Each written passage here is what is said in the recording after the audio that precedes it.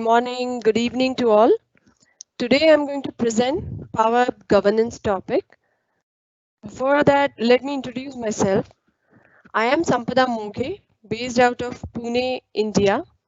I am a solution architect at TCS, that's Tata Consultancy Services. I worked on various versions of SharePoint right from 2007 beta version to 2013, 16, and then online. Currently working on Power Platform.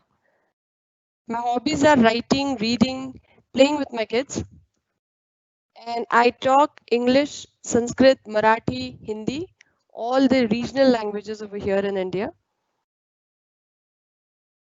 So let's get started. Today's agenda, we will be covering what are the challenges of business, what is Power Platform, why there is a need for governance, what are the common governance scenarios, whether we have a solution, if at all there is, then can it be extended?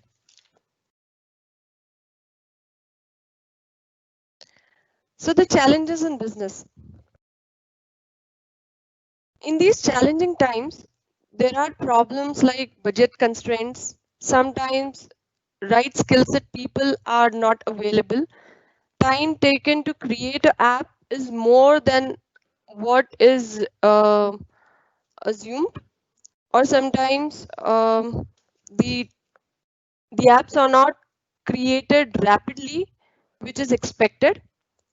There is a limited agility sometimes, concerns about security, um, questions about the existing data, whether it can be utilized, whether the platform, if you're implementing an application, a rapid application, can it be integrated with the existing data sources? How are we going to maintain all those stuff? Leads to delay in the development, in turn, delay in process implementation reflecting cost. So what are basically the wants of business? So what business want exactly is a faster delivery, secure and scalable solution, easy maintenance, development should be iterative, should integrate with multiple data sources, should have a fancy UI and easy usage. According to the Forrester research, 65% of organization reports an app development backlog. 37 of the organization are still using paper to manage critical business processes. So to digitize these processes, there is a need for low code, no code application development to rapidly convert idea into implementation.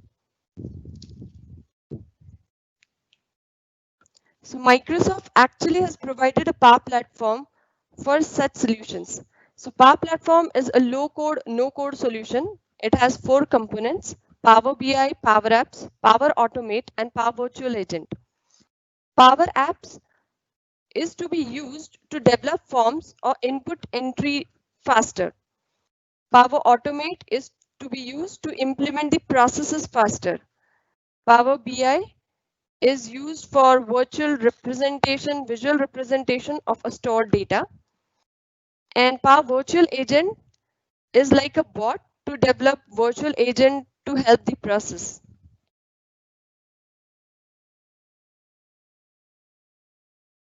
So basically it empowers the developer to develop app faster and implement processes faster.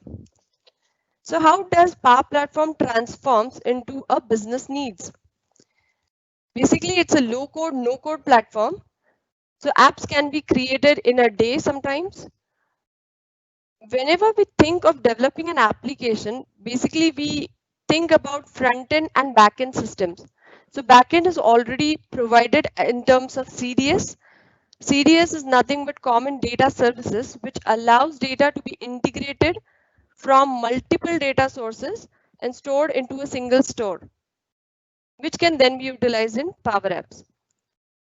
Also, we have to use our existing setup. For example, like if we have SharePoint, some other data sources like SQL, if we have to integrate our Power App to those existing data sources, then system also allows to use connectors. There are almost 320 plus connectors available currently in the system. In case we have to develop, in case we have to use a data source whose connector is already not present, we can also extend the current platform and create a custom connector, which then integrates the existing data source to the Power Apps. Also, the automation of the business process can be easily built with the help of Power Automate. And currently, a new RPA process has also been implemented in Power Apps, which is the process of some of the implementations or integration with the legacy applications with the cloud applications. Since these connectors are also available for Power Automate to use, we can all capture the triggers from different sources and write our processing logic on top of it. Data representation and analysis can be done through Power BI, and dashboard can be easily created. So what are we actually, what are the benefits of the Power Platform? The most important benefit is cost saving. We actually can save almost 70% of effort and time required to develop an app.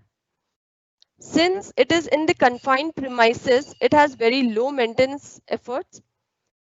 So the process is faster, maintenance cost is also low. And at the same time, we are developing in the confined environment. So environment is also compliant. And the most important benefit is anybody can develop an app. So citizen developer can develop an app, can transform their ideas into an application in a faster manner. At the same time, it increases the productivity as well.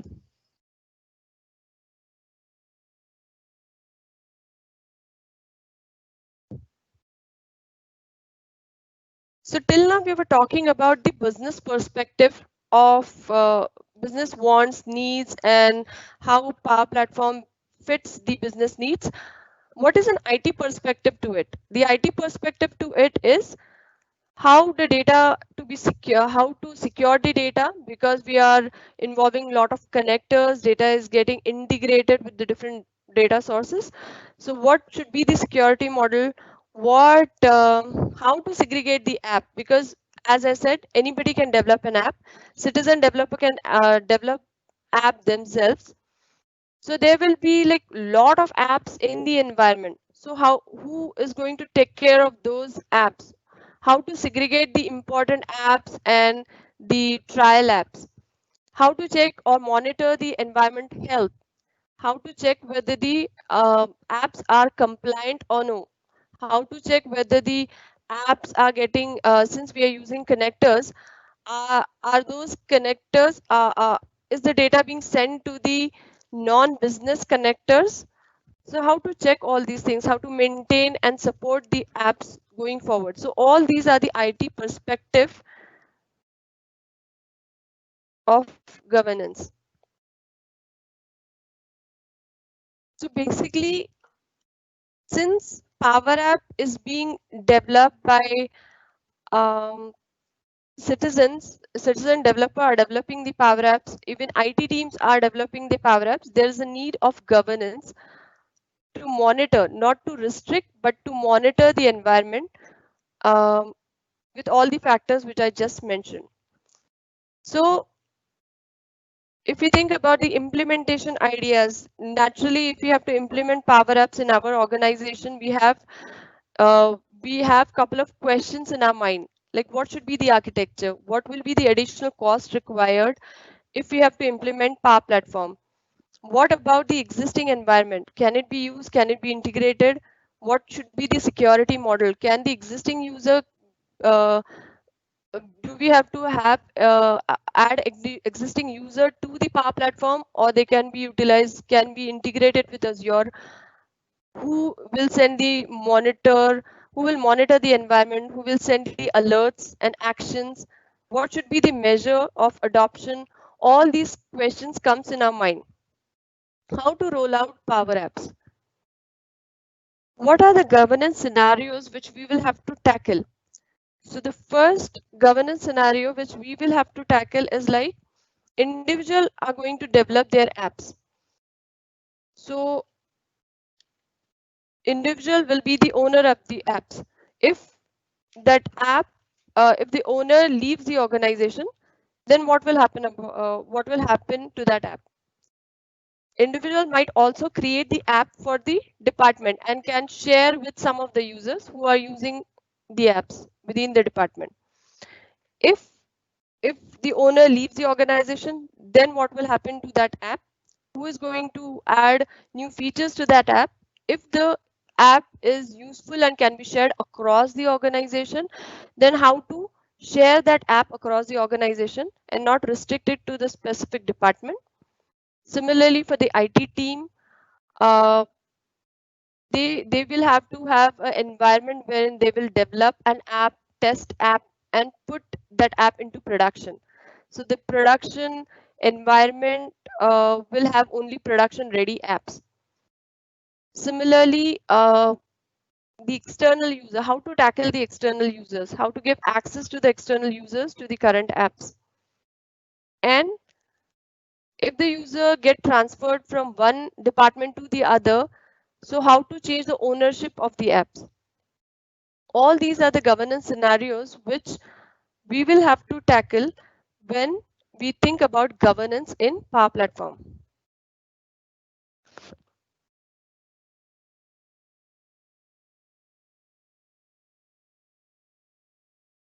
This slide basically is explaining about what should be the security model, how the security model is currently.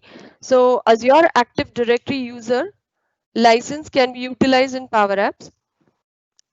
There is something called as an environment, which is nothing but a container which restricts, which actually holds all the apps, flows, and we can create two different types of app into Power Apps. One is Canvas app.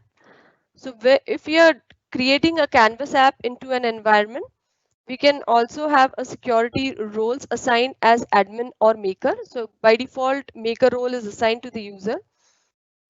Similarly, if you are going for a model driven app, then we have to have a CDS as a backend, and then we can have more security role assigned as system admin, environment makers, customizers. And there could be different environment types which we can create: a default environment, trial environment, production environment. External user doesn't have direct access to the app, but they can be added to the Azure Active Directory and they can access. Or there is one more provision as Power Portal, wherein they can access the apps and forms through Power Portal. There is something called as a DLP policy, that is data loss prevention policy, which are to be applied so that they to prevent the data leakage.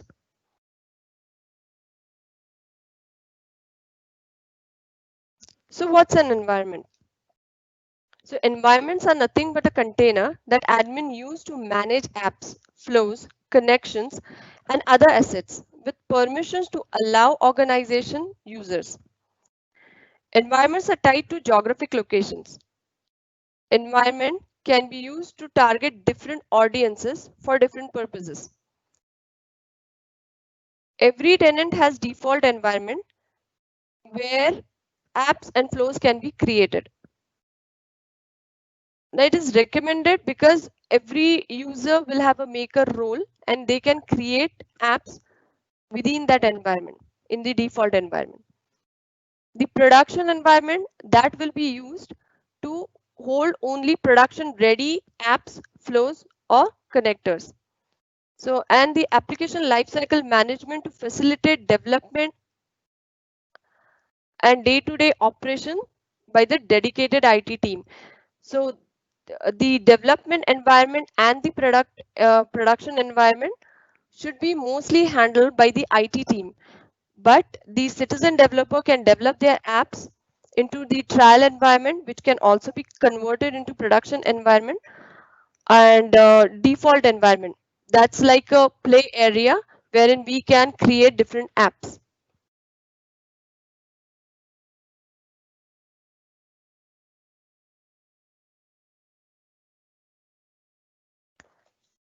So there's something called as a DLP policy, which is data loss prevention policies.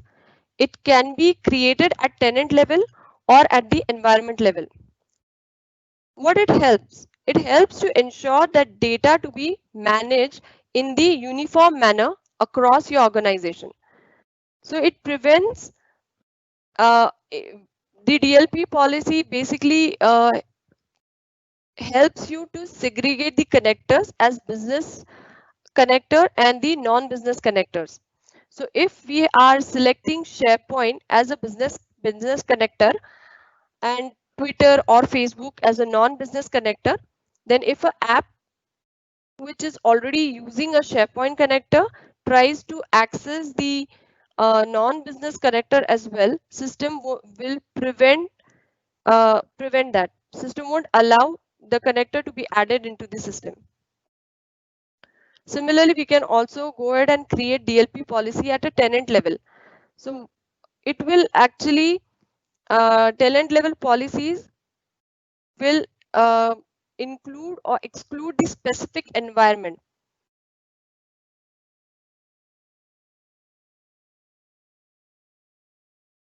So what is a recommended timeline which we will think about? Like how do we go about it? What should we start with? How many environments should we start with? So basically, the environment which we can start with is the default, which is already there in the system, the development, production environment, and the trial environment. So all these things we can configure within the first month with along with the DLP policy and basic security model. Going forward, we can see the user adoption. If required, we can also give trainings to the user, define security measures, refine the DLP policy, which we have already configured. Based on the usage, we can refine those policies. And then we can go ahead and create different corporate based apps, improve the processes, change the paper based processes into the automated processes. And we can also monitor the environment health through different apps. So there is a COE starter kit which is provided by the community, which help us in monitoring, governing the Power Platform. So let me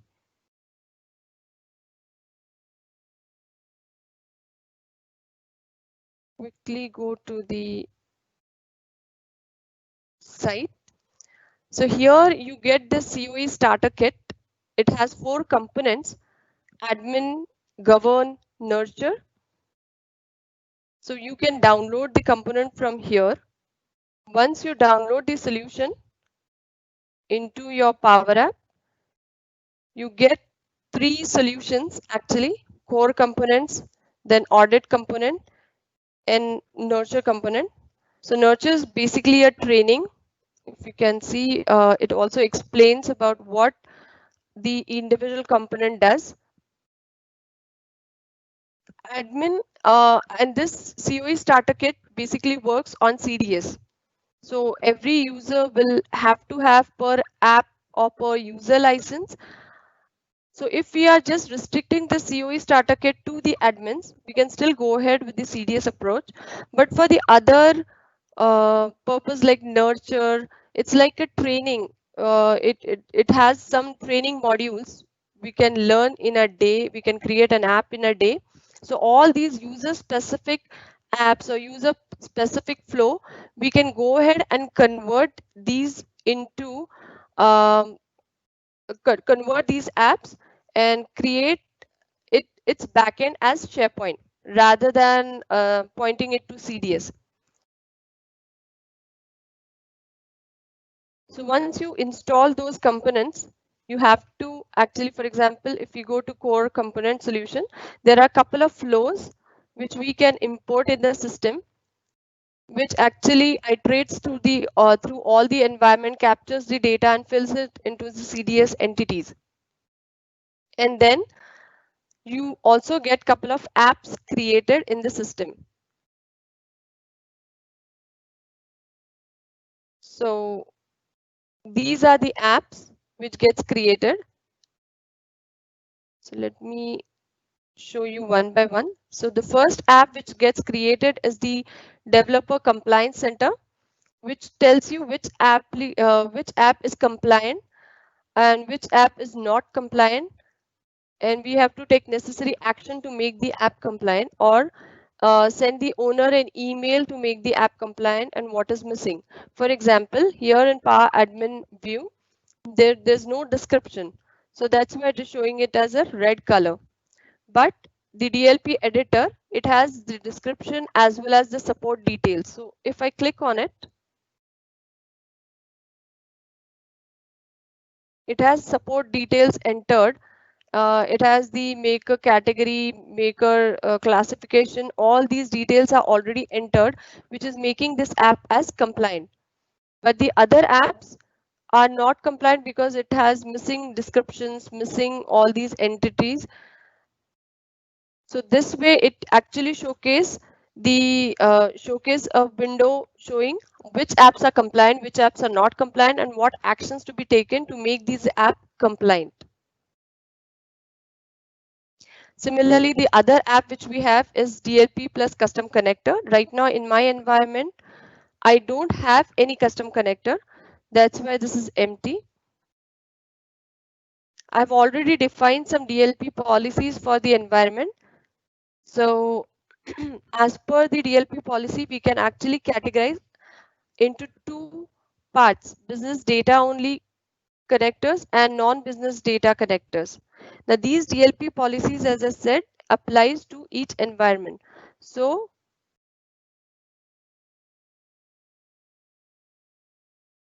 if you have to create an environment, right now I have only one environment.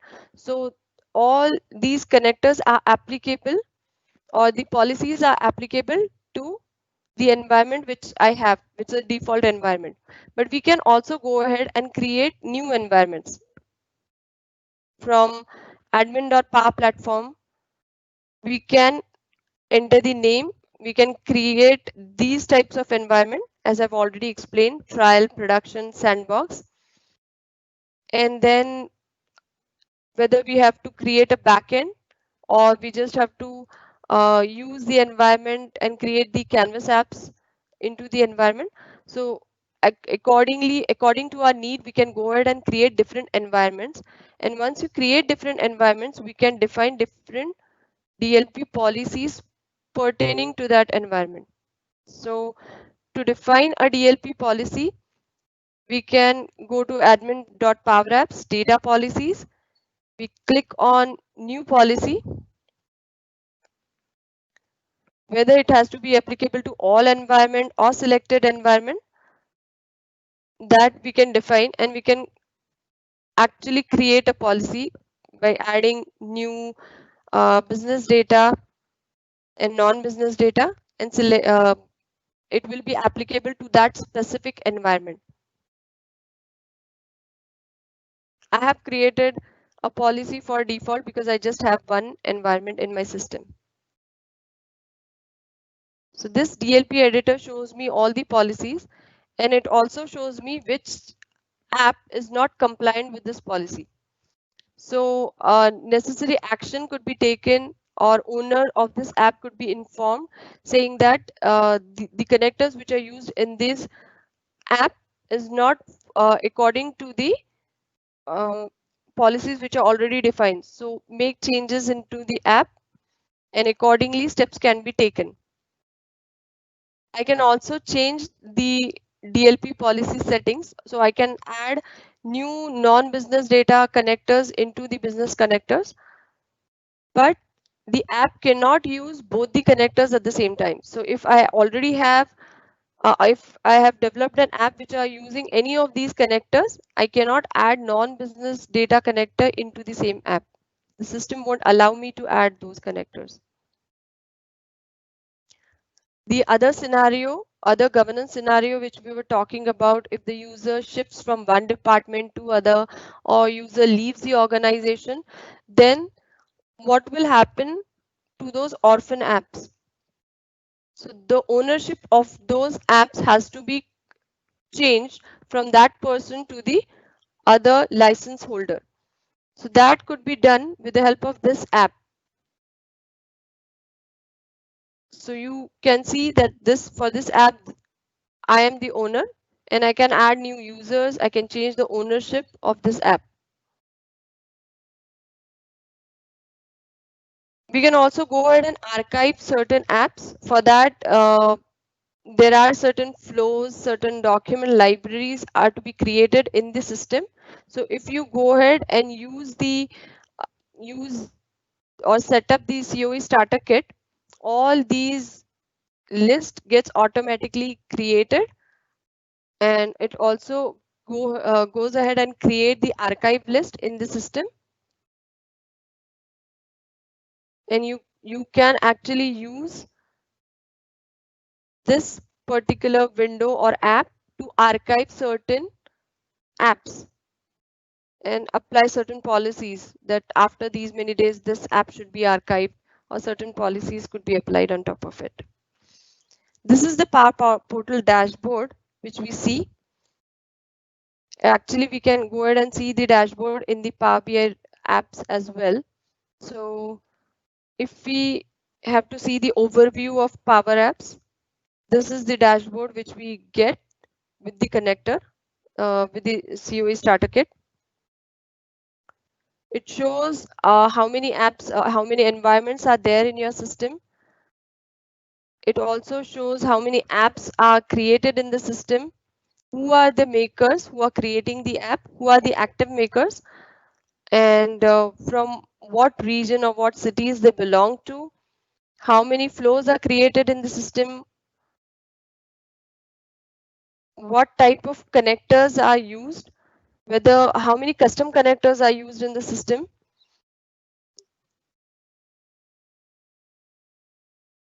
So if I go and check the individual app, it shows me more details, like to which environment these apps belong to, who are the makers, how many canvas app, how many model driven app are created in the system, what's the current trend, uh, and this is currently showing the May data. So monthly data, we can see, we can filter out these details, we can extend these PBX files with the one which, if I want to add few more visualizations, I can go ahead and extend it further.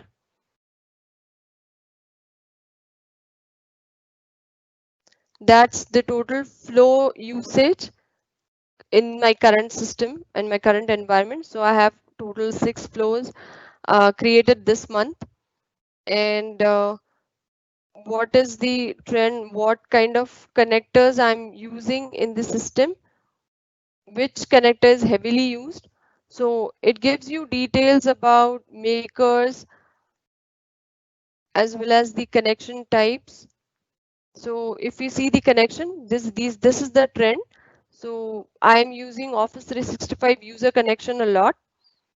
Similarly, Power Apps, Admin, Form, and Outlook connector, Power Automate. All these connectors are used. So that's the current trend of the connector. I don't have any custom connector. Are there any premium or standard connectors?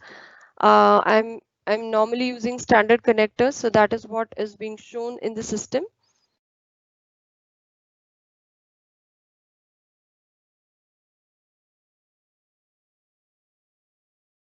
So this is what we get with the help of the COE starter kit. There's another component, as we can see over here, as nurture component. If we install these components, what we get is the training modules. So we can create how to create app in a day, how to uh, what all different components are there, how to create those components, and once you complete those modules, you can navigate to the other screens, which tells you about how to create uh, the gallery control, how to create a custom gallery. All these step-by-step components are introduced in the training modules. So we can use these training modules to train our users, as I was talking about in the timelines. We can use these modules to train our end users. We can also identify who are the active makers, and we can chalk out a plan for their training module for active makers. Like for example, we can actually train on the we can chalk out a plan for E0, even E2 level kind of training modules, and then the active makers will be passed from one level to the other and can attain the status as a consultant for Power Apps within the organization. So that kind of modules can be chalked out with the help of this nurture component, which is provided and which can be extended further. The modules which I have shown over here are all the admin modules, wherein we require to monitor the apps, the compliance, the security controls, the DLP policies, the environment health. All these are the admin components which I have installed as a core component. Additionally to these, we also have the audit logs module as well. The solution is already there in this download COE starter kit. So if we install that solution, we can also monitor the audit logs. We can also generate the usage report, and we can see we can also generate the Power BI reports on top of it. We can also store those data into SharePoint. So if you install these audit logs, automatically it internally uses Office Management APIs to capture all the audit details and fills into the SharePoint list. And from SharePoint list, we can generate the Power BI reports. I have not actually installed those components currently in my system because I was more concerned about the admin components. So I've just installed the admin component. Once you install admin component and configure all the flows, all these apps, all these apps and the flows connectors has to be changed. Once you change all these connectors, automatically the data is captured into CDS, and we can generate this Power BI dashboard.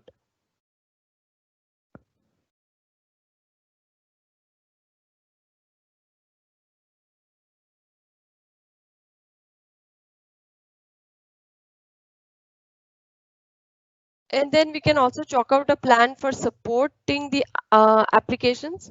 Like for example, what should be the support window, how to support the critical application, how to introduce new enhancements, because we are Power Platform is in developing stage as of now.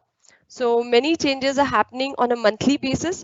So support has to be there to check what are the new things introduced in Power Platform and how to make those changes into current system. As I said that we can tweak the COE starter kit as per our need. So we can actually convert the COE starter kit completely and point it to SharePoint as a backend. So we don't go ahead and uh, use per app or per user license, but we can still use the COE starter kit with the Office 365 license, which we normally have. So that way we can reduce the cost of per app or per user license, but we can also go for the combination of both. So the admin components can still point to CDS. The user component will point to SharePoint, and then through a job, we can actually capture the data or statistics from the user component and fill it into the CDS so that the report will be updated at any point of time. So that kind of combination can also be created with the help of COE Starter Kit. And we can enhance it further as per our needs. So that was all about Power App governance scenarios, how to use the COE Starter Kits, which is available in the community.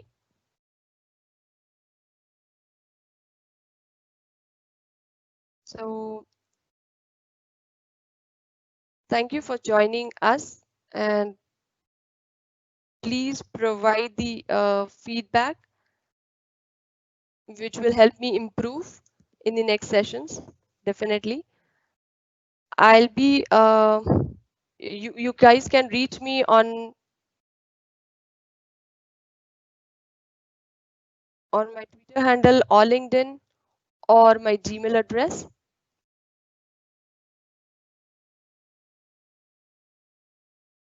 So if you guys have any questions, do let me know.